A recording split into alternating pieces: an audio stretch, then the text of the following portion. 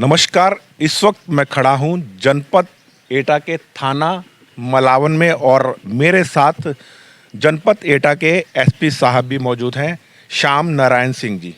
जैसा कि आप सभी को मालूम है, कल यहां से थाने से तकरीबन 10 किलोमीटर पीछे जब डासना देवी मंदिर के सन्यासियों की गाड़ी रोड के किनारे पर खड़ी थी तो पीछे अचानक ही एक कैंटर ने उसको बहुत ज़बरदस्त टक्कर मारी, जिसमें कई यति सन्यासी घायल हो गए थे। और आज इन सन्यासियों की हालचाल जानने के लिए यहाँ पर एसपी साहब खुद मौजूद हैं। एसपी साहब, कल ये एक वाकया हुआ था, अभी तक ड्राइवर गिरफ्त में नहीं आया है और आशंका जताई जा रही थी कि यति सन्यासियों पे ये अकस्मात किसी ने हमला करवाया, क्योंकि हमारे जो गुरु जी हैं यति नरसिंहानंद गिरी जी महाराज, उन पे कई बार इस तरह के अटैक होते रहे हैं। आप बताएंगे, पुष्टि करेंगे, क्या ये इस तरह का कोई? नहीं, देखिए, कल जो है रात्रि लगभग 10 बजे के करीब जो है ये सात संतों की जो गाड़ी थी उस पे आ रहे थे और एक सुकून ढाबा है, ढाबे के निकट जो है ये अपना चाय पानी और कुल्ला पेशाब करने के लिए जो है वहाँ रुके हुए थे। गाड़ी खड़ी थी, उसके आगे भी एक गाड़ी खड़ी थी। इस बीच में एक पीछे से एक माल लदा हुआ कैंटर आई है, जो पीछे से जो है टक्कर लगा हुआ है। और ये कैंटर जो पीछे से आई है जिसने टक्कर मारी है, अभी ये पूरी जांच कर ली गई है। ये Libra international limited Noida company है जो फोम के गद्दे बनाती है और सप्लाई करती है। और ये कंपनी लगभग 25 वर्षों से जो है कार्य कर रही है इस क्षेत्र में। इस कंपनी का माल लदा हुआ था और यह माल सीएफडी कैंटीन लखनऊ जा रहा था। और पता चला है कि इसमें बात हुई है उस कंपनी से, तो ये मालूम हुआ कि इसमें ड्राइवर जो है एक जो है हिंदू व्यक्ति ही है, सनोज यादव करके है, चला रहा था, जो उस समय टक्कर होने के बाद डर के मारे जो है भाग गया है। उसे भी जल्दी हम कर लेंगे, क्योंकि मामला जो है अब डाफना मंदिर के साध संत हैं, तो इनकी दी गई तहरीर पे एफआईआर जो है दर्ज कर ली गई है और इनका पूरा जो है इलाज करवा करके, जैसा कि आप देख रहे हैं अभी थाने पर हैं और कोहरा पड़ रहा है। कोहरे में अभी जो है ज़बरदस्त कोहरा है, अभी जाने लायक नहीं है। हम व्यवस्था करवा रहे हैं कुंभ मेला जाने की, और साधु संतों के साथ जो है यहाँ पर बैठे हुए हैं। अब कोई दिक्कत नहीं है, सामान्य चोटें आई थी और सब बिल्कुल पूरी तरीके से स्वस्थ हैं। इनके स्वास्थ्य, इनके खान पान, सम्मान और आदर का पूरा ध्यान रखा जा रहा है।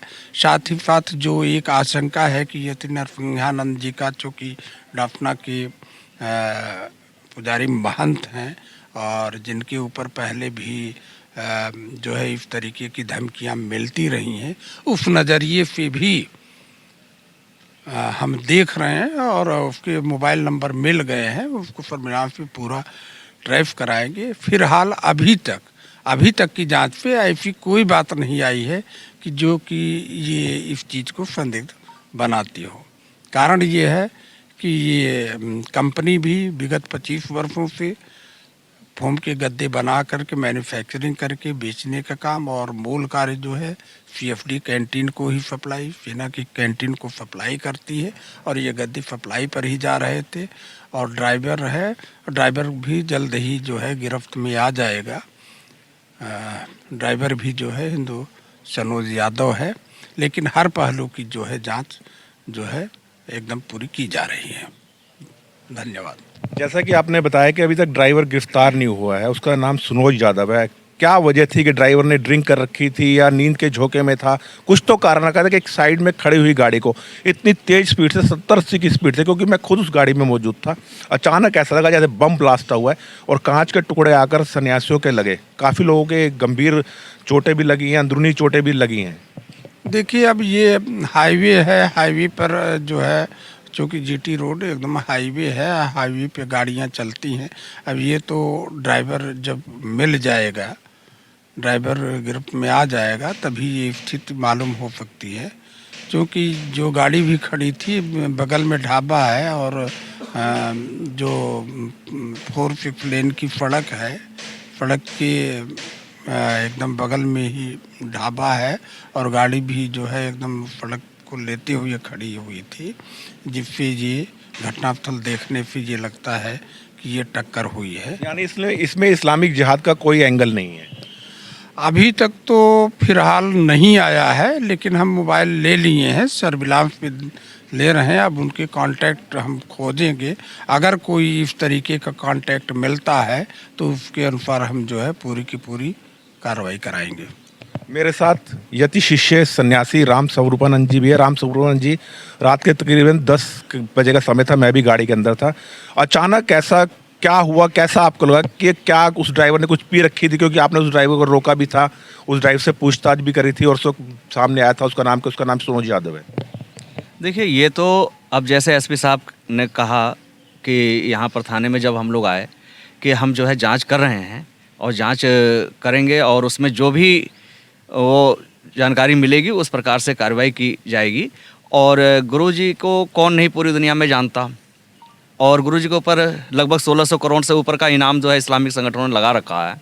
मुझे पूरा मैं ये तो नहीं कहूँगा कि विश्वास नहीं, लेकिन पूर्ण विश्वास है मुझे कि कहीं ना कहीं यह जिहादियों का ही जो है ये षड्यंत्र रहा है। और वो जिस प्रकार से गुरुजी के ऊपर है टारगेट कर रखा है, उसी प्रकार से अब जो है यति शिष्यों को समाप्त करके और गुरुजी को कमज़ोर करना चाहते हैं। तो ये जिहादियों का ही है, ये जिहादियों का ही है। और ये टक्कर जो है मार करके ये जिहादी जो है पूरा समाप्त करना चाह रहे थे, मारना चाह रहे थे। देखिए, जिस प्रकार से एसपी साहब ने बताया और स्वामी राम स्वरूपानंद जी बताया, दोनों के परस्पर विरोधी बयान आ रहे हैं। लेकिन अभी ये विवेचना के बाद मालूम हुआ कि वो ड्राइवर कितने समय से वहाँ पर नौकरी कर रहा था और उसका कोई पिछला आपराधिक रिकॉर्ड तो नहीं है। ये जांच का विषय है और इस जांच को कप्तान साहब ने हमें आश्वासन दिया कि इस जांच को हम निष्पक्षता से करेंगे, पूरी जिम्मेदारी निभाएंगे। बस इसी के साथ अपनी वाणी को विराम देता हूं। मैं राजेश भसीन, संवाद नेशन के साथ, जिला एटा के थाना कोतवाली मलावन से। जय हिंद, जय भारत।